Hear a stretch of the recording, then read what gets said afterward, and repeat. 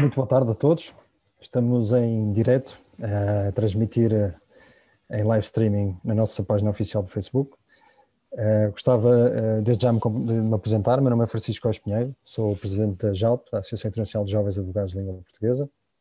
Para quem ainda não nos conhece, a JALP é uma associação sem fins lucrativos, recém-criada no dia 24 de setembro de 2020 e que visa agregar jovens advogados da CPLP da Região Administrativa Especial de Macau. Desde já faz o convite a todos aqueles que nos estão a ouvir, qualquer advogado inscrito nestas ordens profissionais ou associações profissionais, com cédula definitiva há menos de 20 anos, pode fazer parte da JALP e obviamente que lance desde já esse desafio. Antes de cumprimentar o nosso distinto painel de convidados de hoje, queria saudar aqueles que nos estão a ver e ouvir em casa, nos seus escritórios, através das diferentes plataformas que estamos a transmitir. Este evento, como referi, insere-se num ciclo de conferências online que a JALP está a organizar durante o mês de dezembro e que pretende ser aquilo que o nome indica. Portanto, uma conversa descontraída, uma discussão que se pretende, obviamente, esclarecedora de determinados temas da atualidade jurídica. Para tal, contamos com a presença de ilustres oradores, com experiência reconhecida em diferentes jurisdições, e aproveito desde já para referir que este tipo de conferências que inicia hoje terá sequência depois no dia 8 de dezembro, subordinado ao tema Arbitragem Lusófona, Desafios e Oportunidades, no dia 16 com o Jogo Online, a Experiência Lusófona, e no dia 22 com a Mobilidade dentro da CPLP, da Utopia à Realidade. São todas à mesma hora, às 15 horas de Portugal, e pronto, e passando ao toque de hoje, que é sobre como proteger o seu negócio, o regime de segredo dos negócios da CPLP. Queria passar a palavra à doutora Lídia Neves. Eu tenho a honra de contarmos neste evento e que irá moderar esta discussão, esta conversa. A Lídia é associada sénior da Miranda Law Firm e coordenadora da Comissão de Propriedade Intelectual da JALP. Quem passa desde já a palavra. Obrigada, Francisco. Boa tarde a todos. Coube a mim o desafiante papel de moderar este que é o primeiro webinar promovido pela JALP, com o título que o Francisco referiu. Muito obrigada por juntarem a nós. Como o Francisco disse, contamos com a participação de distintos convidados, todos com ampla experiência em matérias relacionadas com a propriedade industrial. Mas antes de mais vou apresentar os nossos convidados. O António Murta, sócio fundador do escritório Murta Goianos Advogados, procurador do Estado do Rio de Janeiro e membro do Conselho Diretor da ABPI, que é a Associação Brasileira de Propriedade Intelectual. O António é pós-graduado em Propriedade Intelectual pelo Queen Mary College e mestrando em Direito Intelectual pela Faculdade de Direito da Universidade de Lisboa. O Dário Camati, sócio fundador da Sociedade de Advogados DC Lawyers e docente da Faculdade de Direito da Universidade Metodista de Angola. Exerceu ainda funções de diretor-geral do IAPI, que é o Instituto Angolano de Propriedade Industrial. Márcia Martinho da Rosa, associada sénior da Sociedade de Advogados Raposo Sá Miranda e Associados, é agente oficial de propriedade industrial e árbitra do Arbitrare, Centro de Arbitragem de Propriedade Industrial, nomes de domínio, firmas e denominações. E, por fim, o Vítor Palmela, que é o diretor jurídico da consultora Evento Internacional, mestre em Direito da Propriedade Industrial, pós-graduado em Direito de Autor e Sociedade de Informação e em Direito da Arbitragem e doutorando em Direito da Propriedade Intelectual. É ainda docente da Faculdade de Direito da Universidade de Lisboa e também árbitro no Arbitrário. Feitas as apresentações, vamos então à nossa tão esperada conversa. A quem tiver questões a colocar, eu aproveito desde já para dizer que, se calhar, a sugestão que faria era que colocassem mesmo por escrito nas redes e vamos tentar que pelo menos algumas sejam respondidas. Queria, antes de mais, colocar um par de questões aos 4 convidados. Portanto, a ideia seria colocar duas perguntas que seriam respondidas pelos 4. A primeira pergunta, até para ilustrarmos o que é que estamos aqui, no fundo, a falar hoje, é a seguinte. Podem nos dar um exemplo emblemático de um segredo de negócio? António, não sei se podemos começar por si. Sim, muito obrigado, Lídia. Em primeiro lugar, eu queria dizer que é muita honra e muito gosto estar aqui hoje e um prazer imenso poder participar desse painel e com figuras queridas e muito ilustres e tratar de um tema tão atual. Então, eu agradeço imensamente ao Dr. Vítor Fidalgo e também à Associação Internacional dos Jovens Advogados pela oportunidade de hoje estar aqui com vocês. Meus agradecimentos. Eu gostaria de, em primeiro lugar, sobre esse exemplo emblemático. O exemplo emblemático no Brasil que eu traria hoje é o Guaraná da Antártica, né? Ou seja, é uma fórmula desse sabor que, através de combinações de ingredientes com a fruta do Guaraná, é mantida em segredo pelos denominados guardiões do segredo, né? Então, é um valioso segredo industrial, hoje, da Ambev, né? E que mantém medidas muito rígidas de controle desse segredo, né? E com práticas até, às vezes, um pouco, ao que relatam, muito inusitadas, ou seja, eles compram ingredientes que não vão ser utilizados apenas para desviar, para despistar, para não criar a possibilidade de identificação qualquer em relação a esse segredo. Então, isso tem uma discussão muito grande em relação a isso, e esse é o exemplo que eu daria no Brasil hoje, que vem sendo tratado, que é o Guaraná da Antártica. Belo exemplo. Dária, não sei se quer dar-nos algum exemplo, no fundo, se calhar o exemplo mais emblemático para si do segredo de negócio. Boa tarde, Lídia. Boa tarde a todos os palestrantes dessa talk, e obrigado mais uma vez a Jal pelo convite e pela oportunidade que temos de conversar um pouco a respeito do tema muito interessante que nos é proposto. Eu tenho dificuldades de apresentar um exemplo emblemático, mas por acaso fui consultar os colegas antes mesmo de virmos para cá. Olha, e foi consenso entre muitos juristas que a cerveja Cuca de Angola é a melhor do mundo. Não é capaz de não haver consenso no nosso meio. Temos dificuldades do ponto de vista técnico-jurídico de refletir em torno de como, sendo verdade que o processo de produção dessa cerveja, por exemplo, é uma mais-valia para a empresa e se calhar para o próprio país, que mecanismos é que a nossa legislação coloca à disposição para melhor salvaguardar. Mas penso que, respondendo à questão, sim, talvez seja esse, porque os que apreciam, eu não tanto, dizem que, de facto, tem características muito próprias e que gostavam de saber o que é que tem de diferente. Pronto, se calhar esse é o diferencial que tem. Belo exemplo também. E agora a Márcia, pergunta à Márcia, qual é que era o exemplo que ela nos daria a todos? Olá a todos, obrigada. O meu acho que deve ser consensual a toda a gente, toda a gente deve gostar, que é o molho especial do Big Mac, não é? A receita do molho do Big Mac era um segredo comercial de um secreto que às tantas até a própria empresa perdeu e já não sabia como é que ele se fazia. E às tantas, um dos executivos, em 1980, cerca dessa altura, andou a tentar verificar se tinha a receita original, ou seja, eles sabiam efetivamente como é que se fazia, mas não tinham todos os ingredientes e não tinham guardado, digamos assim, este segredo, de maneira a que ninguém acedesse. E um dos executivos depois, mais tarde, em 80, veio outra vez recuperar a receita da pessoa que inicialmente tinha e originalmente tinha produzido o molho e que hoje em dia é um dos segredos comerciais mais valiosos do mundo. Muito bem. E Vítor, agora, last but not least, qual é que seria o exemplo que nos darias? Bom, antes de mais, Lídia, se me permites, queria só agradecer o convite à JALP, na pessoa do seu presidente, Francisco, e também já agora da Márcia, que também faz parte da direção, e é um gosto estar aqui convosco.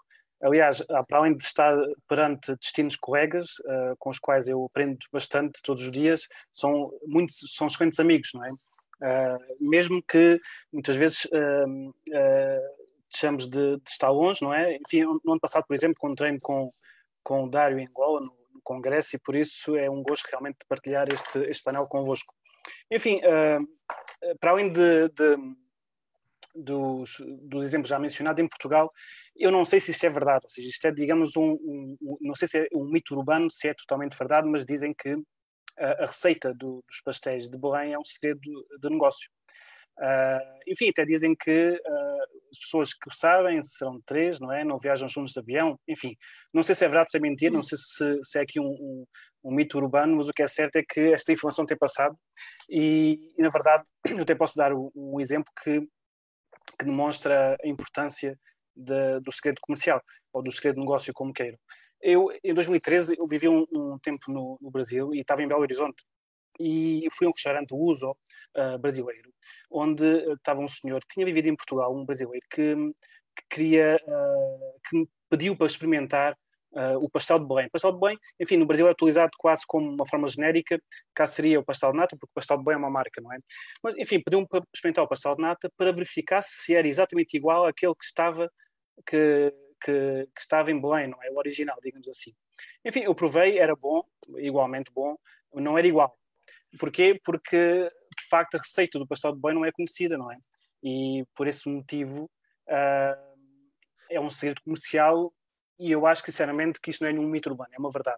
Enfim, este é um dos exemplos portugueses, obviamente que como o conceito de segredo de negócio é tão amplo, que inclui muitas outras coisas, não é? Por isso podemos ter segredos, por exemplo, no âmbito do know-how, ou até de fases prévias ao patenteamento de alguma invenção, e até podemos ir a casos mais conhecidos internacionais, como o algoritmo da pesquisa da Google, a receita do KFC, não é? Também é outro caso muito conhecido, até a forma do Listerine, não é? Aquele antisséptico bucal, penso que é assim que se pode chamar, e até dizem aquela lista do New York Times dos best-sellers, não é? Ou seja, digamos que eles têm um processo específico de compilação dos dados e esse processo é um segredo comercial e até agora nenhum concorrente conseguiu lá chegar. Mas, enfim, eram os exemplos que eu gostaria de deixar aqui. Muito obrigado. Obrigada. Realmente, todos os exemplos que deram foram claramente ilustrativos dos direitos aqui em causa e acho que nos ajuda a todos para agora, para o próximo, para que ainda vamos discutir e para as perguntas que ainda vão ser colocadas, ter em mente os exemplos que deram, realmente foi muito, pelo menos ilustrativo foi com certeza.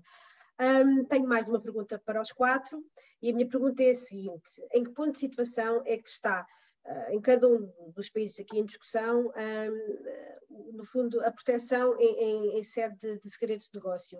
Começava novamente pelo António, se nos queria dar a sua opinião relativamente ao estado atual das coisas. Muito obrigado, Lídia. Só antes de fazer esse ponto da situação rapidamente, que vai ser dado bem resumidamente, lembrar que tem um caso interessante também de semente de seringueira que foram retiradas na Amazônia e depois foram levadas para a Malásia.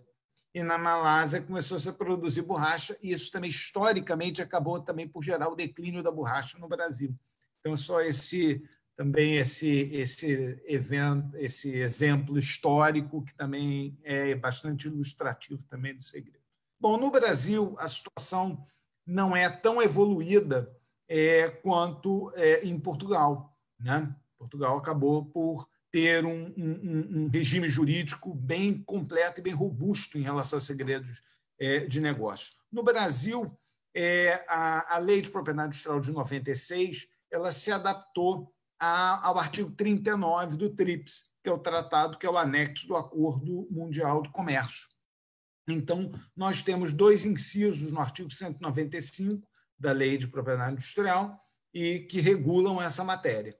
Mas, para além disso, nós temos também disposições na Constituição Federal, né? E que também tratam desse assunto, ou seja, também assegura a inviolabilidade da intimidade, sigilo de correspondência de comunicações. Então, tem incisos no artigo 5º que trata dos direitos e garantias fundamentais. Mas continua a matéria a ser tratada no âmbito da concorrência desleal, ou seja, o segredo de negócio ele continua sendo regulado pelas normas e princípios do segredo da concorrência desleal, né? Não houve uma evolução. E, além disso, essa lei também regula as medidas de defesa, ou seja, medidas de caráter preventivo e também as medidas de caráter indenizatório, né? Então, a gente não vê alterações significativas. O ponto da situação no Brasil, que pode dizer que não há alterações significativas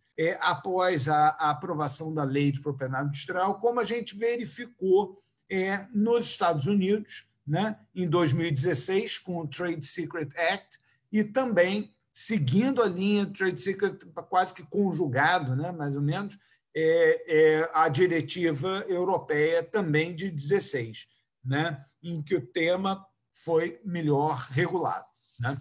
regulado e de forma mais robusta. Mas eu diria que, apesar do Brasil manter ainda essas disposições, eu acho que há possibilidade, quer dizer, esses acordos internacionais, eles não ficam restritos aos países signatários, eles acabam tendo reflexos em outros países, né? Isso aconteceu em várias áreas, no comércio eletrônico, em vários outros. Quer dizer, o Brasil, em algum momento, vai cuidar disso. Existe a possibilidade de países do Mercosul que estão discutindo acordos comerciais com a União Europeia. É possível, não estou dizendo que isso vai ocorrer, mas pode ser que isso venha a ocorrer, esse tema, segredo de negócio, venha a ser tratado no âmbito de um acordo dessa natureza, e aí, para isso, a partir daí, o Brasil poderia ter no seu regime jurídico interno uma regulação um pouco mais detalhada e um pouco mais robusta e ampla. Então, esse que eu diria é o ponto da situação do Brasil, talvez alguns passos atrás de onde estava Portugal há alguns anos, antes de sofrer essa alteração legislativa que sofreu. Muito obrigada, António, pela excelente explicação. Dário, quer-nos falar da situação de Angola? Certo, Lídia. Nós temos, em termos de proteção dos direitos ou de segredo de negócio, um caso de, eu chamaria de desamparo, não é? Vamos assim dizer. Nós temos uma lei que mencionou de maneira expressa os segredos econômicos, que é a lei das infrações contra a economia, a lei 6/99, que entretanto foi revogada, que no artigo 38 punia aquelas pessoas que sem autorização divulgassem informação respeitantes à organização da atividade, dos processos, das fórmulas de alguma empresa ou de alguma organização. Entanto, essa norma foi revogada pelo decreto-lei 2003, acho que é isso. Entretanto, acabamos não tendo uma norma expressa semelhante que pudesse substituir essa referência expressa, que assim pudéssemos qualificar.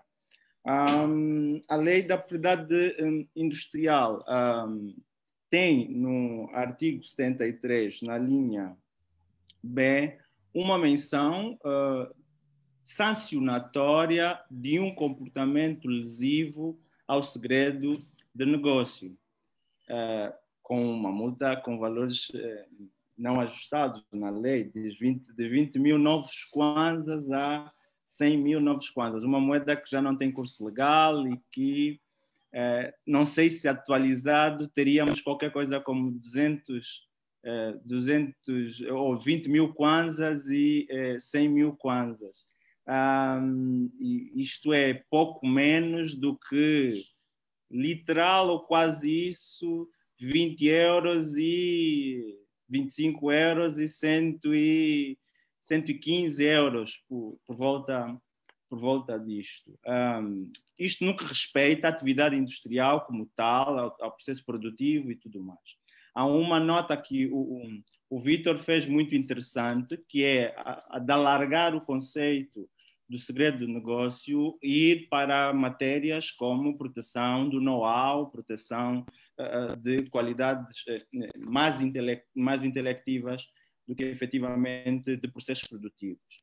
E nesse respeito há uma menção vaga, uma menção vaga feita na Lei de Investimento Privado de 2015, na verdade era uma repetição, no conceito de investimento privado, ou seja, o conceito de investimento privado integrava no seu conteúdo o know-how.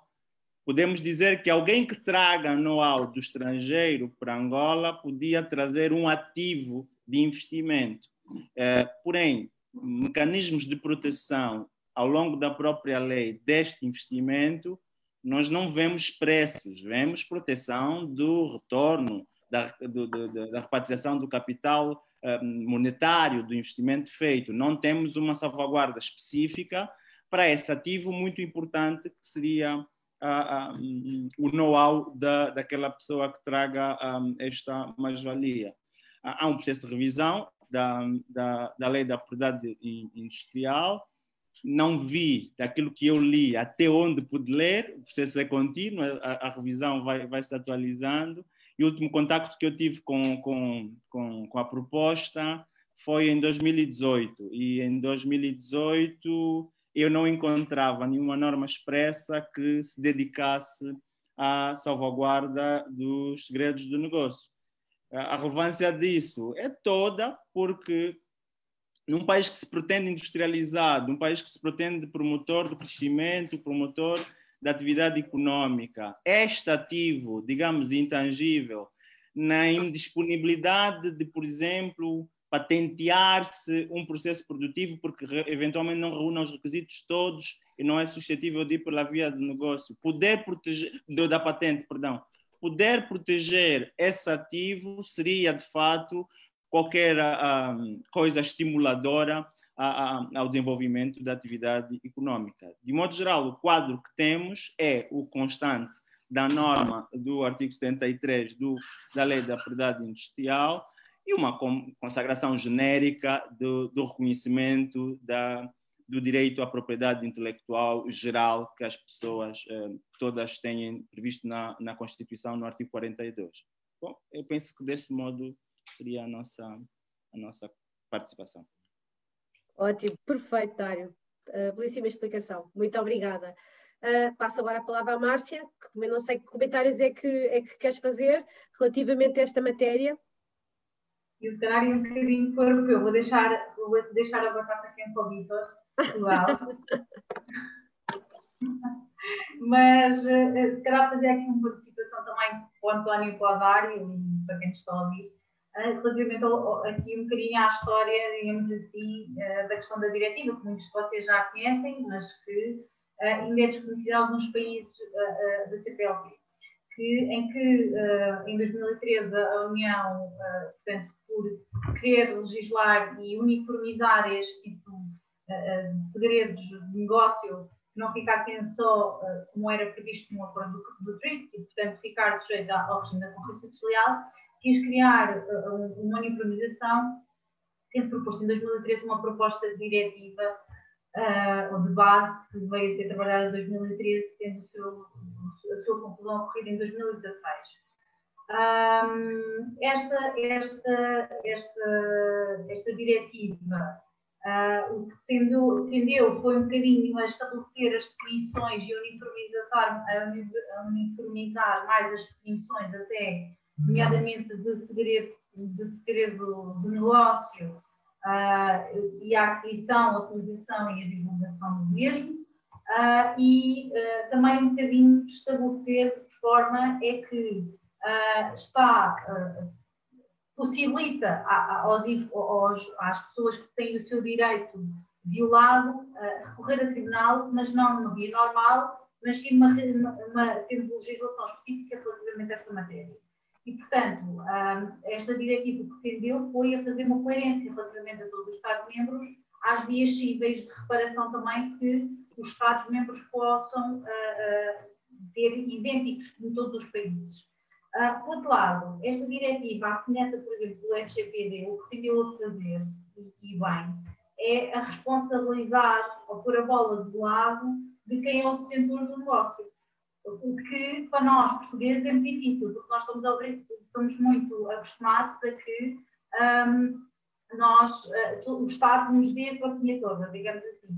E esta diretiva, e até o próprio Código Industrial, apesar de vir estabelecer algumas regras e, efetivamente, definir o que é que são segredos de negócio, o que é que são atos ilícitos ou atos ilícitos, a verdade é que veio dar um ónus acrescida às empresas para fazer alguma coisa. O que é que falhou aqui? Eu acho. Falhou a comunicação, ou seja, enquanto no RGPD houve uma comunicação em bloco e todas as pessoas acharam, pelas vias das coimas que eram aplicadas, que tinham que fazer alguma coisa dentro das suas empresas, aqui estamos a falar de contraordenações, que o Vítor vai abordar um bocadinho, vai abordar de seguida, muito diminutas, ou seja, o impacto disto nas empresas foi quase nulo. Ninguém sabe, se calhar, em termos de pequenas e médias empresas, O que é isto dos trade secrets? Por exemplo, em comparação com o caso, por exemplo, da Alemanha, que fez uma boa transposição, o que é que eles fizeram? Eles fizeram a semelhança da RGPD, pegaram no exemplo do RGPD e estabeleceram quase um Trade Secrets Officer, ok? Em que cada uma das empresas deverá ter uma pessoa responsável não só pelos segredos de negócio, mas também pela cibersegurança, por exemplo, com os ataques que estão a existir, em que ele tem que salvaguardar todos os seus segredos, têm um valor, qual é o valor que está associado, e estabelecer regras de segurança em cada uma das empresas para que esses segredos não sejam divulgados, porque deixam de ser segredos por si só, não é? Quando a divulgação. Portanto, eu acho que Portugal podia ter feito o melhor trabalho, digamos assim, no que toca à implementação desta diretiva. O que eu acho que o Estado apenas fez foi transpôs a diretiva, em parte até exatamente tal e qual como estava na diretiva, nem alterou nem nada. Fomos um bocadinho além em dois ou três pontos que o Vítor vai de seguida falar também, mas de resto a boa verdade é que limitámos a copiar e a transpor uma diretiva para a ordem jurídica nacional, mas não fizemos mais nada. E eu acho que quando se faz uma transposição da diretiva, uma diretiva europeia, deste impacto, em que transfere ónus para as empresas, tem que existir um esforço acrescido paralelo de comunicação e de implementação nas próprias empresas, porque as empresas nem sabem o que é o segredo de negócio. Se calhar eles acham que o segredo de negócio é as conversas que têm entre si e não sabem o valor acrescido que efetivamente podem ter. Por exemplo, nós colocámos no Código Penal Industrial e não sei se o fator de o termos colocado ali encapsulou um bocadinho este tema. Por exemplo, a França fez uma legislação própria para os segredos de negócio, portanto, não colocou dentro do próprio código, colocou numa lei só apenas para os segredos de negócio. Por exemplo, o caso do Chipre nem sequer fez a transposição diretiva, está em cumprimento, portanto, para se ver de que forma é que os vários países também tiveram aqui abordagens diferentes que eles fazem aquilo que pretendem ver. Por exemplo, a Alemanha fez exatamente como a França, fez uma legislação específica acerca desta matéria e portanto, ao fazê-lo, também teve um impacto diferente nas empresas que acharam que é isto, que é o German Trade Secret Act, foi adaptado e foi implementado, ou seja, foi exatamente tal e qual como fizeram quando da transposição do regulamento do RGPD e tiveram esta figura do Trade Secret Officer que tem sido super acolhida e bem acolhida nas empresas alemãs, algumas delas, não digo que são todas, mas a verdade é que também acho que do lado alemão houve um esforço de comunicação que deveria ter existido do nosso lado e que não existiu. Portanto, eu acho que depois vou abordar um bocadinho mais à frente se me deixares, Lídia, mas acho que isto seria um esforço grande de fazer, porque acho que temos uma boa legislação, que a União Europeia até legisla por nós e dá-nos tudo, e nós depois não sabemos aproveitar isso. E num tempo deste em que as empresas têm que se reinventar e têm que ver o valor que têm, acho que era super importante pegarmos neste tema e também reinventá-lo. Muito obrigada, Márcia, ponto de vista de facto super interessante. Percebi então que o Vítor tem aqui o que complementar aos teus comentários, não é? Exatamente, muito obrigado. E vou complementar os excelentes comentários da minha amiga e colega Márcia, que mais com a questão portuguesa, embora daqui umas pequenas pinceladas na questão europeia. Bom, estas disposições entraram em vigor em 1 de janeiro de 2019. Como sabem, esse novo CPI, que em 2018 entrou aos bochechos, não é? Ou seja, algumas matérias foram entrando de acordo com diversas datas e a matéria dos segredos de negócio entrou no dia 1 de janeiro de 2019. Bom, a diretiva, como a Márcia está a referir, é excelente, mas não deixa de ser mínima e parcial, não é?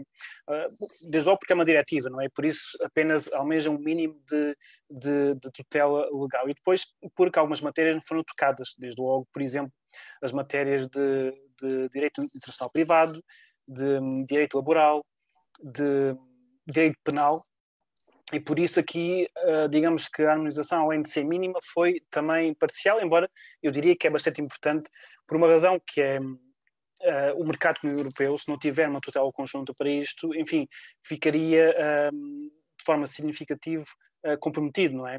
E por isso, em termos de de legislação é ótimo e é uma diretiva que, apesar de ser parcial, veio em boa altura. Agora, a questão que se coloca é: qual é a razão desta matéria estar dentro do CPI, dentro do Código de Propriedade Industrial? Será que os segredos de negócios são direitos de propriedade intelectual? Comecemos pela primeira questão. Bom, obviamente que esta matéria poderia ter sido colocada num diploma avulso, não haveria nenhum mal ao mundo e, aliás, muitos países fizeram. Basta lembrar o caso alemão, onde existe uma lei específica para esta matéria.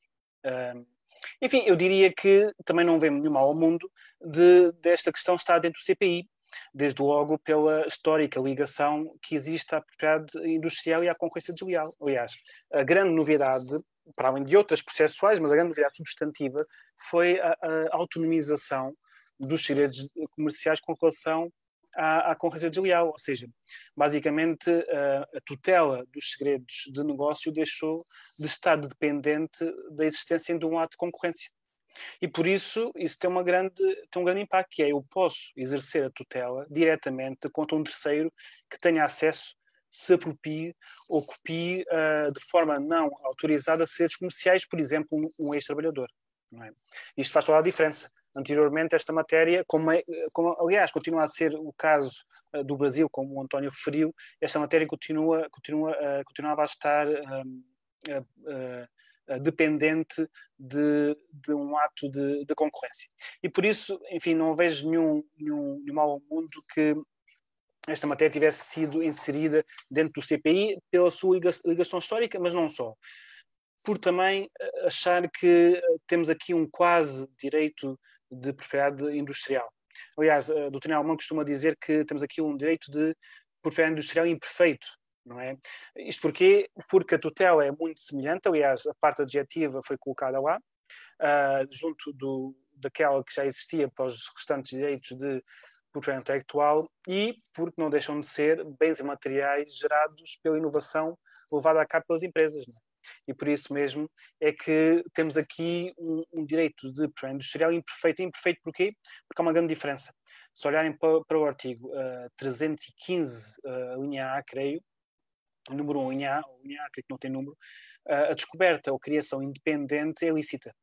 Isto é uma grande diferença para com aquilo que existe para os restantes direitos de propriedade industrial ou até intelectual, onde esta possibilidade não existe. Ou seja, durante o exclusivo que é dado pela lei, eu não poderei utilizar, mesmo que seja de boa fé. No caso dos segredos de negócio, isso não acontece. Se eu chegar lá de forma independente, não é? Eu poderei utilizar esse segredo, pois a utilização é lícita. Por isso é que se diz que temos, neste caso, um direito de propriedade industrial imperfeito, não é? Por falta, digamos, esta inoperabilidade que existe nos restantes direitos de propriedade intelectual. Enfim, esta matéria, em termos sistemáticos, está no nosso capítulo 2, em termos substantivos, do CPI, nos artigos 313 a 315, mas depois a parte adjetiva está no capítulo dedicado, aliás, o capítulo até vos posso dizer, a subsecção 7, que refere-se à parte adjetiva, que é aplicada tanto aos direitos de propriedade industrial como aos segredos comerciais. Aliás, capítulo 4, exatamente, começa na secção 1, que vai até a secção 7. Ou seja, não existiu aqui uma autonomização específica desta matéria dentro de um capítulo próprio. Ela foi separada. Em termos substantivos, surge no capítulo 2, e em termos adjetivos, surge no capítulo 7, juntamente com os restantes direitos de propriedade industrial. Apenas só uma nota para dizer o seguinte: ao contrário daquilo que fizeram muitos países europeus, o legislador português decidiu não criar um tipo penal específico para a violação dos segredos de negócio, o que, na minha ótica, é um erro. Hoje em dia, muitos segredos de negócio valem muito mais do que direitos de propriedade industrial, e eles têm tutela penal, e por isso pergunta-se porque é que os segredos de negócio não têm. Seja, não existe qualquer justificação para isso. Aliás, isso até está um pouco desfasado daquilo que existe em alguns países da União Europeia. Aliás, basta pensar que é muito mais grave eu violar o segredo comercial ou negócio da Coca-Cola, não é? Que está guardado no banco em Atlanta, no estado da Geórgia, nos Estados Unidos, do que violar um mero, entre aspas, desenho industrial que não tenha, digamos, grande aplicabilidade prática. Mas ainda assim temos duas tutelas que são distintas. Num lado, para os segredos comerciais, temos uma tutela contra o nacional. Aliás, eu tenho aqui o código, se olharem aqui para o artigo 331 do CPI, diz que é punido com um coima de 5.000 a 100.000 euros caso se trate de pessoa coletiva, ou de 1.000 a 30.000 caso se trate de pessoa singular, quem, sem um consentimento do titular do direito, obtiver a utilizar segredo comercial. Enfim, isto para muitas empresas será uma bagatela, não é? E por isso imaginem o que é violar um segredo como a receita da Coca-Cola e pagar estes montantes, até, no final das contas, irá compensar. Mas ainda assim não estamos totalmente desprotegidos, o que é uma excelente notícia. É que nós temos dois tipos penais já antigos que estão nos artigos 195 e 196 do Código Penal. O 195 é para a violação de segredo. Enfim, até aqui achava-se que isto aplicar-se apenas ao segredo profissional. Enfim, eu acho que não há problema se alargarmos para outro tipo de segredos, neste caso para os seus negócios. E o artigo 196, que é para o aproveitamento indevido do segredo. Ou seja, apesar do nosso jogador não ter criado um tipo penal específico dentro do CPI, existem esses tipos penais no Código Penal que nos poderão dar aqui uma ajuda. Muito obrigado, Lídia. Brilhante exposição, como sempre, que é o nosso excelentíssimo professor. Muito obrigada. Eu, entretanto, vou-vos lançar um novo desafio, mas antes disso vou passar a palavra à Márcia, que ainda quer rematar esta matéria. Está bem, Vítor? Era só dizer aqui também, um bocadinho comentar aqui, se o Vítor me permitir, que era a questão portuguesa. A insensibilidade desta questão, por exemplo, nós podemos verificar por dois temas que até são super conhecidos. Um deles foi o caso dos e-mails do Benfica e do Porto, não é? Em que, ao invés de terem ido para o Tribunal de Propriedade Intelectual, por exemplo, ou até para o próprio na altura final para o criminal, optaram por ir para a via civil, ou seja, já aqui se nota um bocadinho a insensibilidade para o tema. E depois, também outra questão, que é, por exemplo, como o Vitor estava a dizer e bem, dentro desta regulação toda, nós até temos a questão das medidas de prestação do segredo. Ou seja, para que aqueles e-mails todos que vieram ao público não viessem, o próprio Tribunal de Propriedade Intelectual poderia fazê-lo e, portanto, preservar um bocadinho aquilo que viesse a público. E para nós vermos a insensibilidade, eles decidiram ir para o Tribunal Civil do Porto, nem sequer foram para o TPI. Outra questão, por exemplo, que existe também, um bocadinho mais gravosa, que toda a gente conhece, é a questão do repinto, não é? Que claramente é uma violação de segredos comerciais e não só, mas que está a ser julgada em sede penal.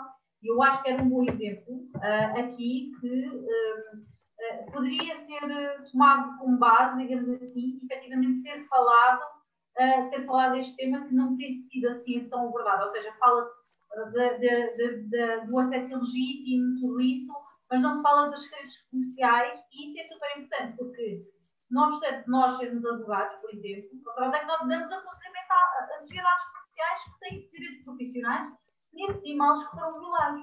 E, portanto, para mim, até este processo, que é super mediático que toda a gente conhece, deveria ter sido tratado também a este nível e não está a ser, como sempre, a nível penal, que é o mais acessível, digamos assim, para a comunicação social. Mas acho que era um bom exemplo, estes dois exemplos podiam ter sido tratados. E obrigada. Obrigada, muito pertinente, Márcia. Fizemos muito bem em ouvir-te quanto a esta matéria, porque realmente isso remata e ilustra perfeitamente aquilo que vocês nos explicaram tão bem. Tenho então outro desafio para vocês. Desta vez, se calhar, fazíamos isto de uma forma um bocadinho diferente. A minha ideia era, se calhar, agora colocar questões específicas quanto às jurisdições que estamos aqui a discutir, mas se calhar falava agora com um de vós e assim sucessivamente. não vou mexer daquilo que já estava a correr tão bem, que é na ordem das perguntas. Começámos pelo António, vamos continuar pelo António. Se o António não se importar, tenho já uma pergunta para si. E aquilo que eu tinha pensado em perguntar era o seguinte: quais é que seriam as vantagens que podia apontar em termos comparativos? No fundo, se uma pessoa tivesse que ser uma pessoa particular, ou até mesmo uma empresa detentora, no fundo, que tivesse uma determinada criação, uma invenção, que tivesse que escolher entre a proteção em sete segredos de negócio ou, eventualmente, outra proteção de propriedade industrial, uma patente, um design, o que fosse, mas, no fundo, que nos dissesse a nós quais é que seriam as vantagens de escolher a proteção em sete segredos de negócio ao invés de outra proteção de propriedade industrial.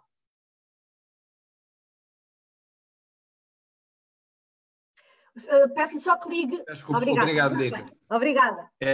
Enfim,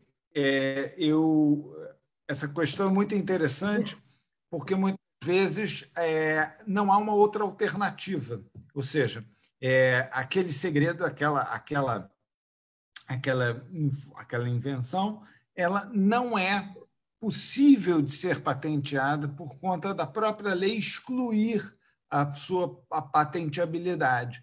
Então, não há, vamos dizer assim, mesmo um processo, vamos dizer assim, de escolha. Quer dizer, ou seja, o caminho natural se aquilo tiver efetivamente um elemento que está determinado no artigo 39 do TRIPS, que é o valor comercial, o caminho natural, né? E for uma informação secreta, o caminho natural é a proteção pelo segredo mesmo. Mas há também hipóteses onde você tem a possibilidade de obter a patente, né? Que, como o Vitor falou, no caso da patente, não é um quase exclusivo, é um exclusivo efetivo, né? Eu diria que ao pensar nisso, eu estava pensando o seguinte: o segredo de negócio, para continuar na expressão exclusivo, ele seria um exclusivo de fato, né? Ou seja, a gente pode dizer que a patente seria um exclusivo de direito e o segredo de negócio seria um exclusivo de fato, né? Porque ele não é revestido de todas as características e garantias do segredo. Então, eu acho que dentro desse contexto, eu acho que tem um aspecto que eu acho que é importante. Primeiro, para já, olhando sob a ótica do direito brasileiro, a gente percebe que não de uma forma clara. Eu acho que a legislação brasileira peca muito pela definição, ela faz a transposição do artigo 39 do TRIPS, mas o legislador poderia ter sido um pouquinho mais feliz na sua redação. Ou seja, o artigo 39, a gente extrai o sumo que a gente extrai do artigo em termos de requisitos são basicamente 3. Ou seja, é uma informação, a informação precisa ser secreta, ela precisa estar revestida de valor comercial e precisam ser feitas diligências efetivas e consideráveis para a manutenção desse segredo. Então, esses 3 elementos eles têm que estar presentes. Tá? Em relação ao segredo de negócio, a gente percebe existe também aquela contraposição do interesse empresarial e do interesse social. Isso é muito importante e a gente verifica isso. Por quê? Porque o interesse social, na verdade, ele possibilita a competição, desenvolvimento tecnológico e o fluxo de informações que, inevitavelmente, ajuda na investigação. Tá? Então, esse aspecto é muito importante. Nós estamos num momento em que a gente verifica muito a importância desse interesse social, ou seja, no sentido de que nós teremos patente, obviamente, em relação, se pensarmos na questão da vacina da Covid, mas essa fase preliminar é uma fase em que não se pode ainda chegar à patente porque ainda não se tem maturidade de informação para fins de obtenção dessa patente. Então, o que se tem é a necessidade de proteção pelo segredo. Tá? Então, isso é muito importante. E aí a gente entra também em questões que nós não temos aqui limite de tempo para abordar, mas temos também questões ligadas à liberdade de expressão. Tem uma série de aspectos que eu acho que são relevantes sobre esse tema. mas o segredo ele é, de fato, esse exclusivo de fato mesmo, né? E quais seriam as vantagens? Aí eu enumerei algumas aqui para a gente poder avaliar e discutir, e eu poder apresentar a vocês. Eu acho que a primeira vantagem básica e óbvia é a não sujeição a uma limitação temporal. Tá? Ele vai, enquanto ele for mantido, essas diligências forem eficazes, ele vai se manter em vigor. Enquanto que a patente não, ela tem uma limitação temporal. Então, essa primeira, para já, seria essa primeira vantagem. Mas temos outras, né? E temos também problemas, ou seja, não são só vantagens. Eu aqui não vou só, eu vou tratar das vantagens, mas também não apenas existem desvantagens, existem também riscos em relação ao segredo, né? Eu acho que o segredo ele também tem um aspecto importante, tá certo?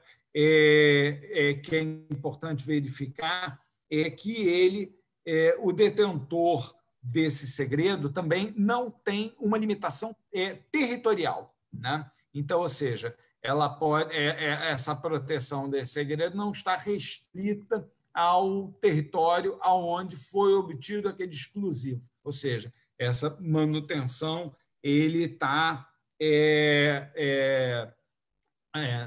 pode ser exercida com maior liberdade.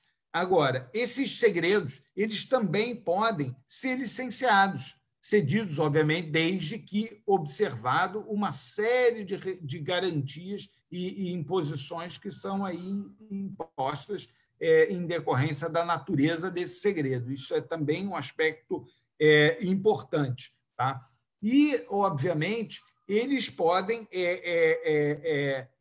eventualmente, são muito valiosos, né? Mas, em alguns casos, eles podem ser menos valiosos, né? Dependendo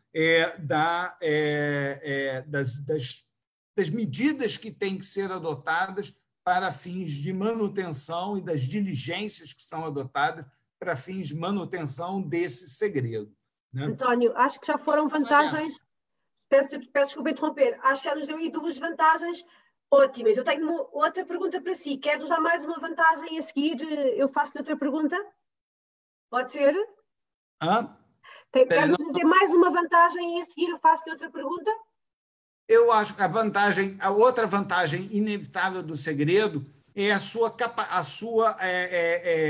aquisição de uma forma, a desnecessidade de observância de um procedimento para a aquisição desse direito, ou seja, a patente segue, obviamente, requisitos muito rígidos, muito estreitos para a sua aquisição. A sua análise é uma análise que tem que ser feita com muito rigor, até por conta do exclusivo que vai ser concedido e da extensão desse direito, tá certo? Então, acho que eu enumeraria essas vantagens, entendeu? Agora,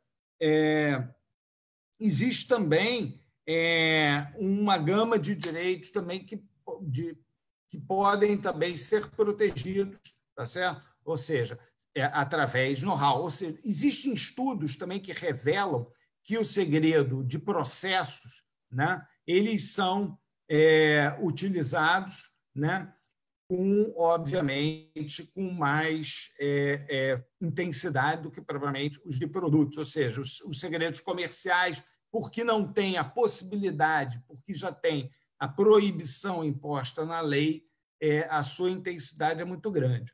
Agora, obrigada, António.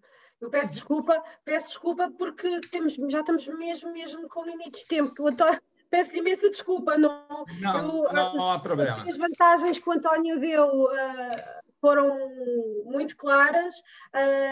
Acho que com as três vantagens que menciona, conseguimos todos perceber muito bem que realmente às vezes não é uma decisão fácil e que se calhar até pode ser vantajoso mesmo a escolha pelo segredo de negócio e que às vezes pode ser mesmo um desafio essa parte.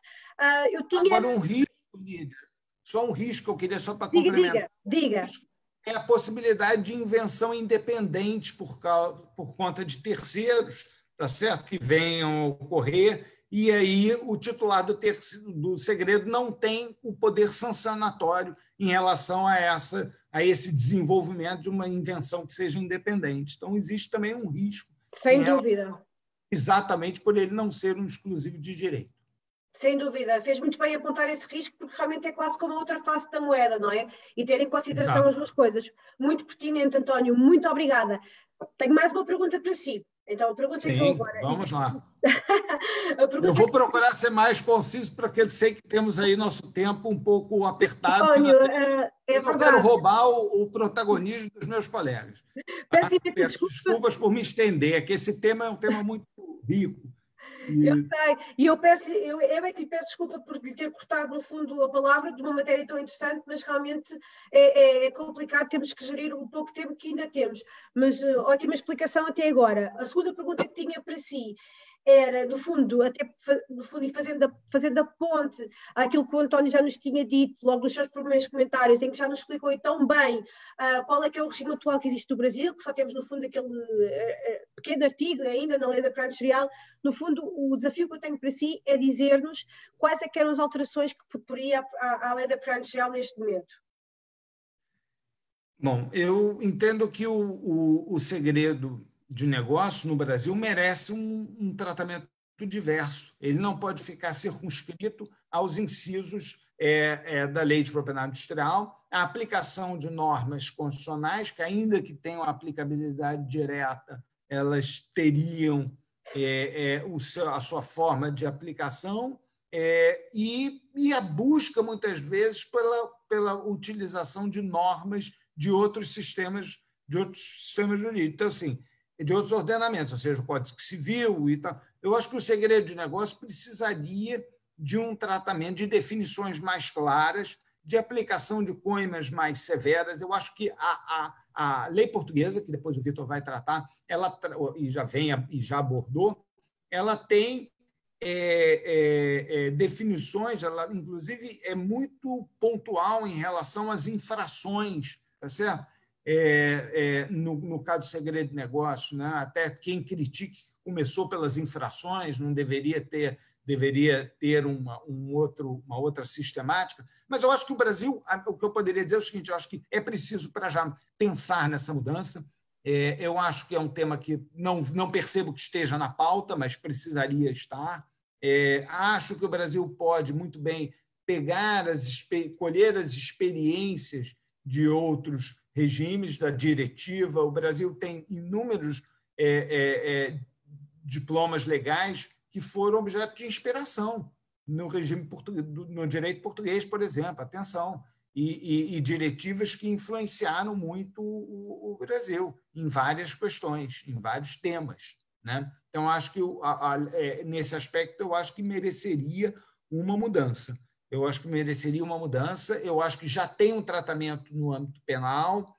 Eu acho que o que demandaria era, talvez, desvincular. Eu acho que o principal seria desvincular os segredos de negócio do âmbito da concorrência desleal. Se isso fosse feito, eu acho que já seria um grande passo. E aí eu acho que a gente tem que olhar para ver de que forma esses acordos comerciais não podem ser uma oportunidade, pelo menos, para dar início a esse processo de mudança. Perfeito. Ótima contribuição, António. Muito obrigada. Vou então passar a palavra ao Dário. Eu vou fazer mais ou menos a mesma coisa, ou seja, se calhar vou mesmo fazer a ponte com comentários que já fez logo no início, e também nos explicou tão bem que infelizmente, neste momento, em termos o regime de proteção de segredos comerciais está um bocadinho desfavorecido. Portanto, no fundo, o que eu lhe pergunto assim é quais é que seriam as vantagens que podia apontar na potencial adoção de um verdadeiro regime de proteção de segredos de negócio no país, em Angola. Obrigado, Lídia. Desde já, um primeiro benefício é a definição do objeto da proteção, ou seja, é de estabelecer um quid a respeito do qual se associa o segredo de negócio. É estabelecer o âmbito, é estabelecer a abrangência, é estabelecer o conteúdo substantivo de proteção deste direito. E se é um direito, está ao serviço de determinada utilidade financeira, econômica, social. No caso, aqui é comercial. E é tão importante quanto isso, porque termos a norma que protege o segredo de negócio associada a uma norma que qualifica como ilícito, sem dizer se é criminal, se é civil, sem dizer, sem esclarecer se está a constituir um tipo, porque às tantas aplica uma multa, pois essa construção que nós temos cânones mais ou menos estruturados, da construção do tipo legal, da construção de um ilícito civil, da construção de uma mera infração administrativa, pronto, era importante porque ajudava a definição clara, explícita de o quid ou do âmbito da proteção do direito dos segredos de negócio, por um lado. Por outro lado, ajudava, e é isso que se propunha, a essa separação que hoje é muito aplaudida aqui nessa talk, pelo Vítor e pelo António, da separação do segredo de negócio, da concorrência desleal e do esclarecimento disto na propriedade intelectual, onde é um palco onde está mais visível. Digamos que a nível do ensino, não vou dizer, isto está ligado, no caso, à sistematização desse próprio direito. A sistematização nada mais é do que uma melhor orientação, tanto do aplicador como do beneficiário da lei, de qual seria o melhor modo de proteção do seu interesse ou do seu direito. Nos cânones ou nos currículos das universidades angolanas, a matéria da propriedade industrial é tratada numa, 2 horas, no grau de licenciatura, 2 horas, digo, umas 2 aulas no grau de licenciatura, na cadeira de Direito Comercial. De um modo geral, as faculdades de Direito têm esse quadro organizado. Quando, em vez, vamos tendo referências a universidades mais inovadoras que criam, por exemplo, uma cadeira de regulação pública da economia, uma cadeira um pouco mais transversal, que não é tão clássica, mas que vai tratando dessas matérias. A consagração de um regime específico dedicado à proteção do segredo de negócios também ajudaria a um desenvolvimento desse segmento do direito que, do ponto de vista acadêmico, reclama por uma melhor atenção, uma melhor análise, até mesmo porque, de uns tempos para cá, se calhar dentro de um ano, uma bebida espirituosa, chamemos-la, que não era muito honrada, começou a ter uma dignidade diferente, não é? Ela é uma cachaça angolana, para o António, não é? A água do chefe é uma bebida espirituosa que começou a ter o interesse, tem um processo produtivo muito próprio, é semelhante em África, eu sei que em Moçambique há qualquer coisa semelhante e tudo mais. E não estou a esvalar para a questão das denominações de origem, mas imaginem que esse modelo de produção a gente tenha tratado e protegido, são até fatores impulsionadores de um ramo de atividade econômica que contribui para o desenvolvimento econômico do país. Então, há esta componente de vantagem que também deve ser olhada. Então, a questão também do respeito e da valorização cultural. É muito difícil dissociarmos numa atividade econômica ou comercial informal como é a nossa, é muito difícil dissociarmos determinada prática comercial ou econômica, determinado métier do segredo de negócio a um aspecto cultural. A atividade comercial que é desenvolvida em Angola, marcadamente por uma característica informal, é muito associada a aspectos culturais. E isto, tendo protegido, tendo salvaguardado, é também um expoente muito grande de divulgação desse aspecto cultural, não é? Não seria de menos valia. Pronto, depois também tem a necessidade de tornar clara a posição do setor econômico diante de determinados comportamentos, algumas vezes considerados como normais, que, na verdade, porque não há nenhuma norma que proíba ou não há nenhuma norma orientadora, eles são lesivos à atividade econômica, sim. Entretanto, a falta de disciplina normativa acaba permeando não apenas o ilícito civil, criminal ou administrativo, mas também a desaceleração econômica. E eu estou com um dedo preso na questão da atividade econômica, porque é uma necessidade gritante que o país tem no momento.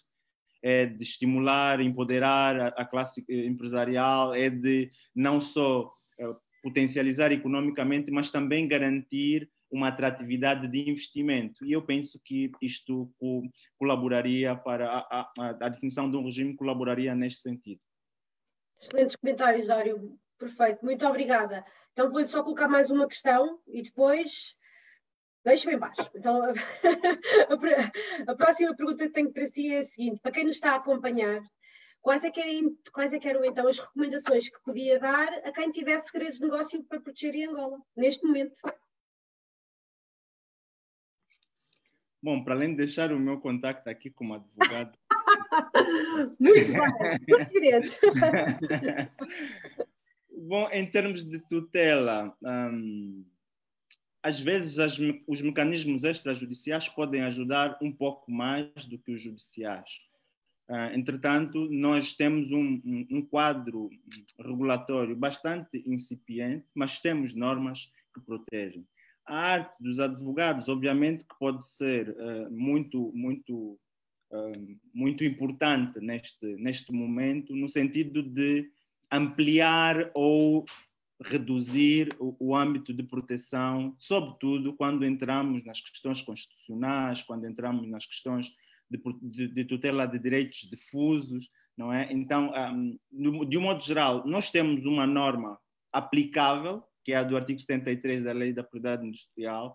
Não tive a oportunidade de dissecar o Código Penal aprovado recentemente para ver que normas penais é que teríamos. Era muito bom que eu pudesse trazer, mas infelizmente não consigo trazer este conteúdo aqui, mas certamente depois olhamos para o Código Penal e analisarmos que normas novidades é que ele traz nesse domínio, mas para já temos a Lei da Propriedade Industrial como uma arma para podermos usar e pronto, o aconselhamento jurídico especializado há de ser sempre uma ferramenta a ser utilizada. Muito obrigada, Dário. Fica então a nota e o seu contacto. Vou passar então agora a palavra à minha amiga Márcia e também tinha algumas perguntas para ela, duas. Primeiro um bocadinho mais complexa, a segunda uma coisa mais prática. O que eu tinha pensado para perguntar agora à Márcia era, no fundo, se nos conseguia explicar de que forma é que Portugal se podia posicionar neste momento, em termos internacionais e europeus, no que diz respeito à proteção de segredos de negócio. Bom, não sei se queres fazer duas, Lídia, que eu assim despacho já, estamos aqui se calhar em cima do... Claro que sim, mulher despachada, é assim mesmo. Então, esta era a primeira, se calhar um bocadinho mais teórica, não é? Depois tinha uma pergunta completamente prática para ti, no fundo também, se tinhas sugestões para nos dar, em termos de, no fundo, como é que é feita esta proteção, o que é que as empresas devem fazer neste momento para se proteger, tanto internamente como externamente, se tiveres alguma sugestão que queiras apresentar. Se calhar posso também dizer como a Dário, eu também deixo aqui o meu contacto. Boa. Pronto, relativamente à primeira pergunta, para ser rápida, eu acho que Portugal, era aquilo que eu te disse há pouco, eu acho que tem que se posicionar de uma forma completamente diferente. Por um lado, eu acho que devia ser criado no próprio Ministério da Justiça um setor apenas dedicado à inovação e aos assuntos de propriedade industrial que neste momento tem sido completamente descurados. Quer dizer, fala-se em tese e fala-se e depois não chegamos à ação nenhuma. Isso é o ponto 1. Temos um sistema completamente arcaico, na minha ótica, devia de existir promoção. Por exemplo, eu lembro-me perfeitamente na altura quando existiu a promoção do pastel de nata, toda a gente achou ridícula, ou toda a gente gozou. Eu achei que foi a primeira estratégia de promoção do produto nacional que nós tivemos. Para além disso, é isso que nós precisamos. Assim como, por exemplo, na altura, o ministro da altura fez promoção ao turismo, a verdade é que agora com esta crise via-se onde é que existe o crescimento económico, é no turismo. E, portanto, na altura toda a gente criticou. Mas a verdade é que, se não se fizer promoção lá fora, ninguém conhece o que existe cá dentro. E não é pelos... A verdade é que podem vir cá os turistas e provar aquilo que nós temos, mas se nós não dissermos o que é que nós temos, ninguém sabe. E, portanto, eu acho que um fator fundamental, e exemplo disso é, por exemplo, a questão do Ministério da Economia estar a fazer com a digitalização por causa da pandemia, deveria ter feito exatamente a mesma coisa com a propriedade industrial há imenso tempo.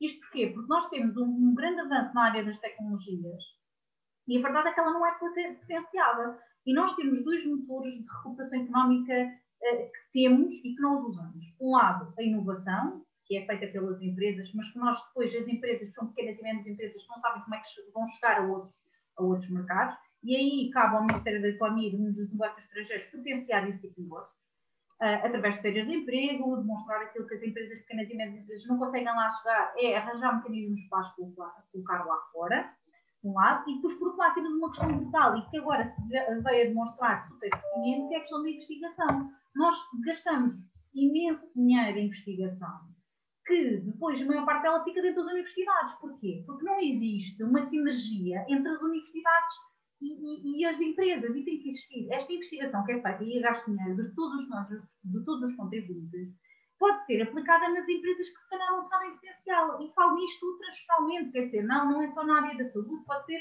em tudo e mais alguma coisa. E tudo isto que é produzido nas universidades, e há universidades, se calhar até mais pequenas, politécnicos, que têm centros de investigação brutais, devem ser potenciados e devem ser postos à disposição da comunidade, das empresas, e fazer esta sinergia entre as empresas e as universidades, que é o papel que o Estado não tem feito, que deveria fazer.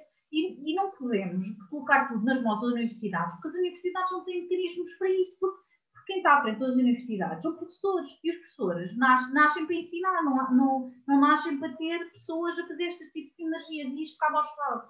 Portanto, eu acho que teria que existir uma estratégia nacional de promoção e proteção destes direitos, porque uma parte das empresas nem sequer sabe que isto existe. Os segredos de negócio, como se calhar sabe o que é uma patente ou uma marca, eles às vezes até dizem, quando querem registrar uma marca, até confundir, dizem que é uma patente. Porquê? Porque têm desconhecimento do facto. E isso é uma das coisas que tem que existir e que o governo deveria existir e promover. Aliás, não é só a digitalização, como deveria colocar neste pacote que é de inovação, colocar a papel industrial. Depois, dizer ainda que a inovação e a investigação, que era aquilo que eu estava a dizer, são os dois motores para o crescimento económico. E se nós queremos sair de uma crise neste momento e ser competitivos e ir lá para fora, o Estado tem que ajudar. E não é injetar dinheiro nas empresas, é promovê-las. Tudo bem que pode injetá-las, mas redirecioná-las para o vetor onde elas podem ser potenciadas. E isso é uma falha grande que existe. E não é trabalhado. E depois existe outra coisa, que é o Estado devia criar um plano conjunto, não só com as empresas, com as universidades, mas com todos os stakeholders que são intervenientes neste processo. Portanto, que não existe, ou seja, reúne-se com a CIP, reúne-se com algumas instituições, mas depois esquece do resto. Esquece das universidades, esquece de quem trabalha com as universidades. E, portanto, eu acho que isto deveria ser uma questão que o Estado deveria estar sensível numa altura em que se quer uma recuperação económica.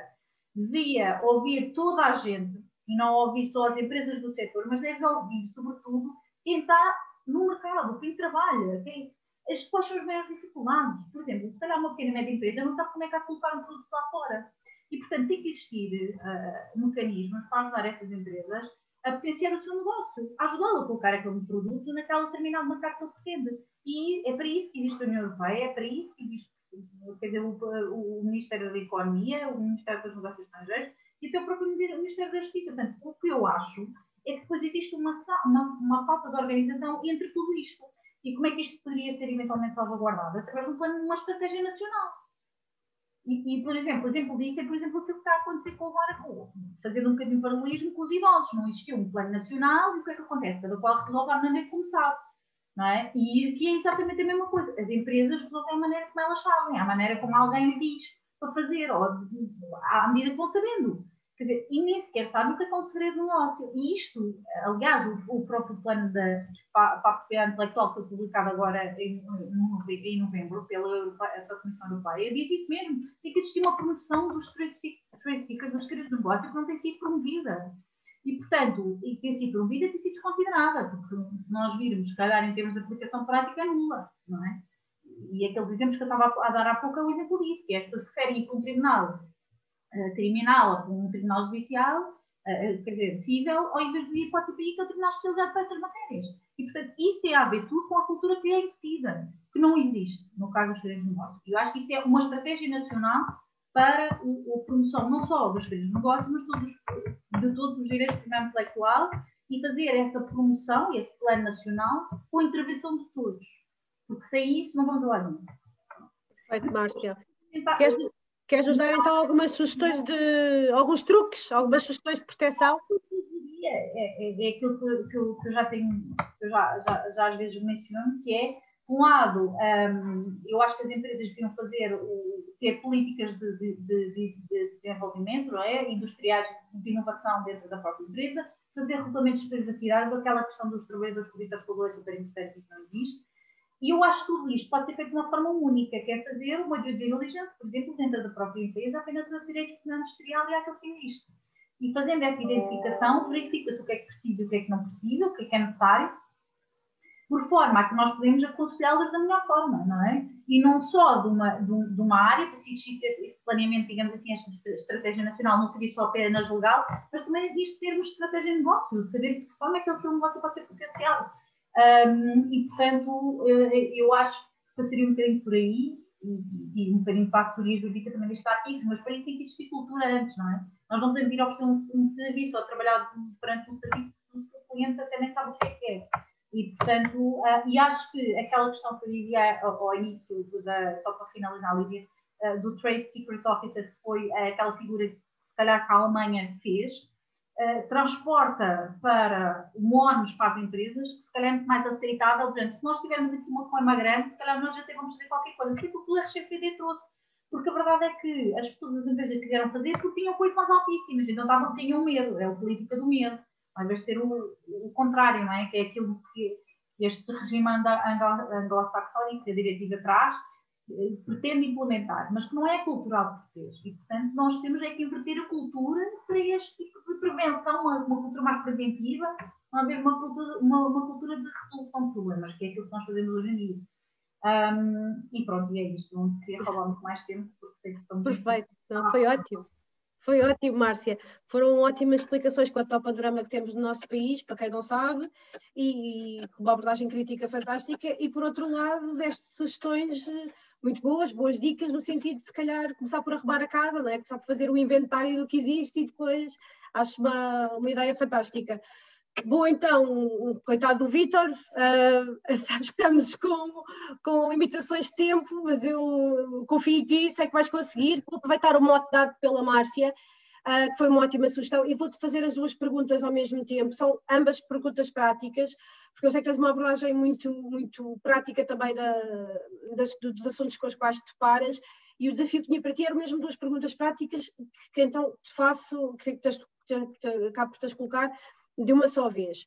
A primeira pergunta era, no fundo, numa situação, caso prático, faculdade, uma situação em que um trabalhador de uma determinada empresa tivesse desenvolvido um segredo comercial. O que é que aconteceria depois? De quem é que era o segredo comercial? Era do trabalhador? Como é que a empresa fazia numa situação destas? Em que situação é que ela ficava? Segundo caso prático, uma situação em que, por exemplo, que se passasse em tribunal, em que houvesse necessidade de divulgar uma informação que consubstanciasse um segredo de negócio. Como é que, no fundo, salvaguardaria essa informação? Passo-te a palavra. Muito obrigado, Lídia. Bom, só para rematar aquilo que a minha colega referiu, é muito rápido. Realmente eu concordo totalmente com o que a Márcia referiu, porque, enfim, a única vez que Portugal teve importância económica mundial foi quando apostou na tecnologia, neste caso no século XVI, neste caso náutica, enquanto Portugal não decidia ter produtos de valor acrescentado, e continuar a apostar naquilo que aposta, por exemplo, na questão do vestuário, como tem uma padaria ao lado do centro comercial, enfim. Mas isso são outras questões. é só para dar essa chega, realmente concordo totalmente e acho que é, digamos que é uma das coisas que nós devíamos investir. Quanto à questão, que agradeço muito, eu vou tentar ser muito rápido.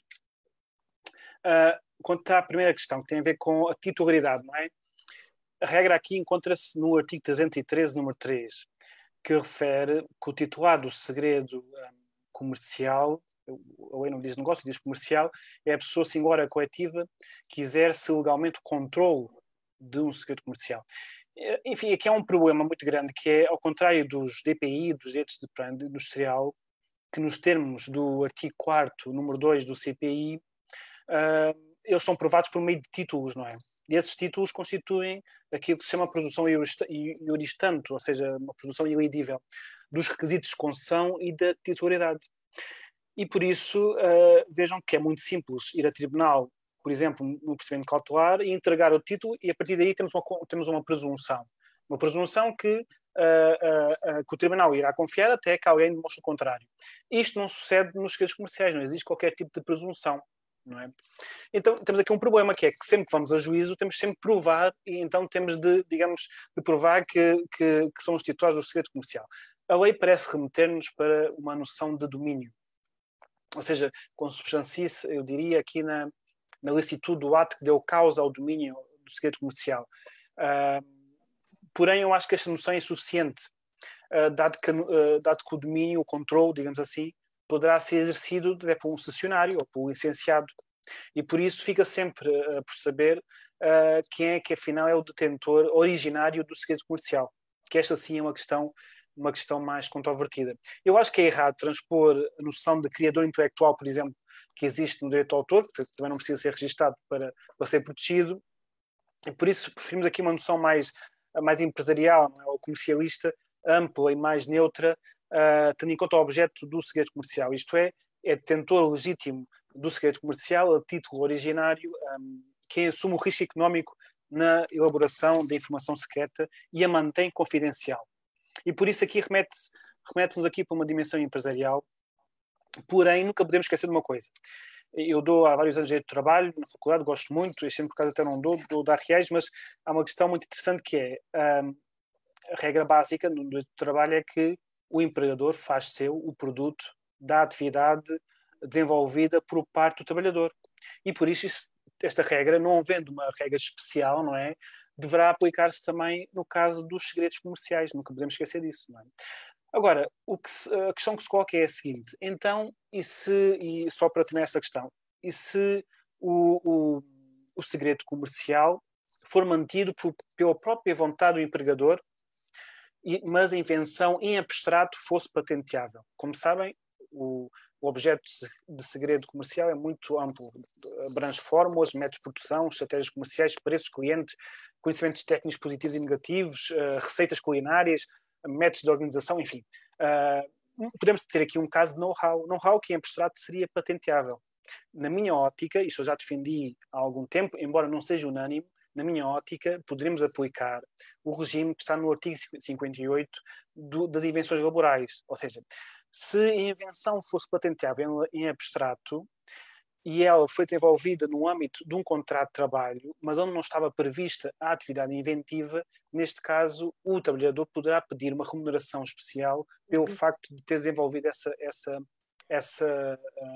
esse know-how, não é? Essa invenção em termos abstratos, ainda que o empregador, por sua própria decisão, decida não avançar para a patente, mas sim avançar para a proteção por via do segredo comercial.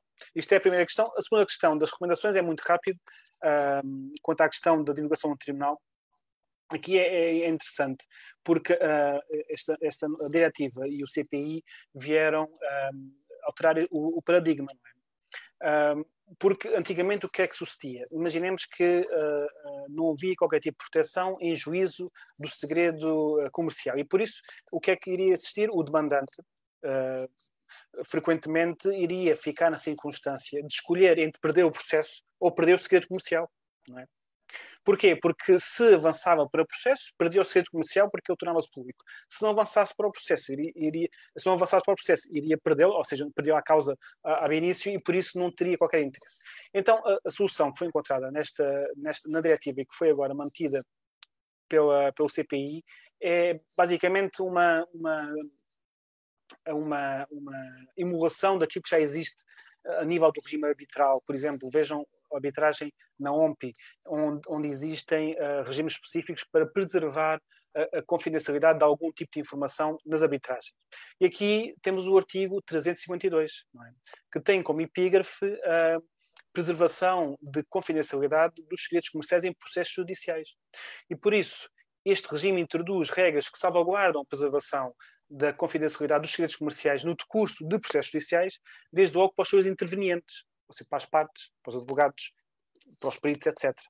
Ou seja, existe aqui um regime-regra de sigilo quanto a estes, mesmo após o tempo do processo. Aqui vejam o número 2. E depois, se olharem para o artigo, no 352, são ainda instituídas algumas medidas, não é? E é interessante porque essas medidas, por exemplo, permitem, no número 3, limitar o acesso a documentos, limitar o número restrito de pessoas o acesso a audiências, aos respectivos registros e transcrições, não é? Embora eu acho que, obviamente, que a audiência poderá mesmo ser continuada a ser gravada, o acesso a essa gravação é que fica limitado. E depois ainda que as decisões judiciais sejam truncadas, não é? Digamos assim, e por isso a parte que se refere aos segredos comerciais seja ocultada ou removida para salvaguardar o segredo comercial. E por isso esta questão só não irá ser aplicável se, entretanto, o Tribunal chegar à conclusão que os segredos, afinal, não é um segredo comercial ou que, no âmbito do processo, deixou de ser segredo comercial porque alguém o divulgou, por exemplo. E era isto. Muito obrigado. Claríssimo, claríssimo como sempre, Vítor. Perfeito. Ficámos todos muito mais ricos com os teus já agora comentários. só uma questão, esqueci-me. É muito rápida. Eu só tenho uma dúvida que é bastante, eu acho que bastante pertinente na prática. É que não se sabe se este regime se aplica aos processos penal e controle nacional, não é? Eu acho que pelo princípio da igualdade faria todo o sentido. Não faz sentido que eu tenha um regime para o processo civil e depois para o processo penal e controle nacional não se aplique. E até para o processo administrativo, não é?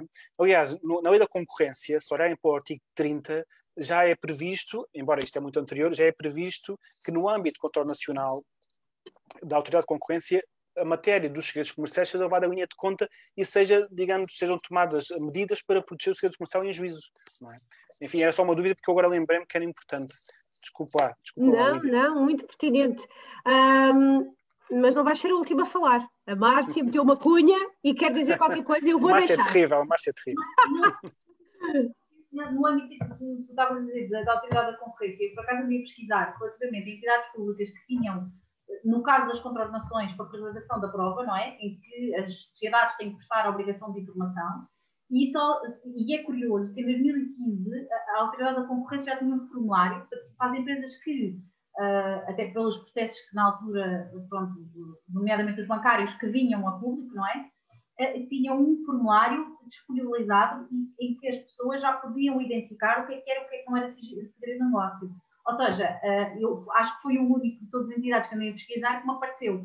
E isto é um bocadinho pertinente, porque na sequência daquilo que o Vítor estava a dizer, e só dizer uma última nota, que na sequência daquilo também que o Vítor tinha dito, que acho que foi lamentável quando fizeram esta alteração, não termos colocado também uma alteração do Código Penal no caso da violação de segredo, que neste momento só é punível com pena de prisão até 1 ano ou com pena de multa até 340 dias. Quer dizer, isto até parece que é um incitamento a que quem violar, nós sabemos perfeitamente que não vai preso, não é?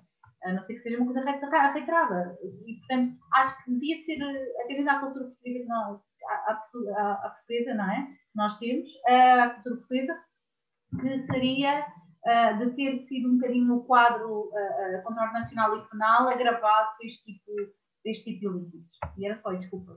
Não, bom, ótimo remate final. Fico muito contente que nos tenhas maravilhado com esses comentários finais que, de facto, fazem todo o sentido e têm toda a sua utilidade. Eu quero agradecer outra vez ao Vítor, a todos vocês convidados e a todos os que juntaram a nós hoje nesta iniciativa. Acho que, como eu estava a dizer há pouco, não tenho dúvidas que saímos daqui todos um bocadinho mais ricos. Caso de hoje para amanhã alguém se lembre destas matérias e fazendo a ponte com o que disse o Dário e a Márcia, se alguém tiver alguma dúvida quanto a estas matérias, pode enviar uma nota. O Francisco também acho que vai corroborar aquilo que eu vou dizer. Pode enviar uma nota para o nosso e-mail geral da JALP, para passar a dar o nosso e-mail, é o geral@ja-lp.org. algum comentário, alguma dúvida, qualquer um de nós acho que vai ter todo o gosto em ajudar. Vou passar agora a palavra ao Francisco, que se vai despedir de todos nós, mas quero desejar o resto uma boa tarde a todos e agradecer-vos. Obrigada. Obrigado, Lídia.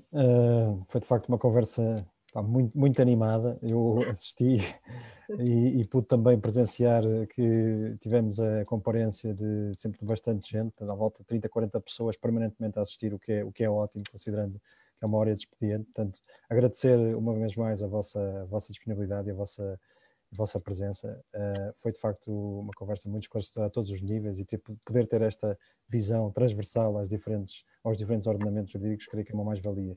E nesse aspecto queria também dar nota do seguinte: nós vamos obviamente disponibilizar a gravação da talk, esta talk está a ser gravada, vamos disponibilizá-la depois nos canais habituais da JALP, desde logo na página do Facebook e no LinkedIn. Portanto, quem não teve a oportunidade, por alguma razão, de assistir, nós temos alguns colegas de Macau em que já são 11 e tal da noite lá, aliás, já passa da meia-noite, é sempre um horário mais complicado.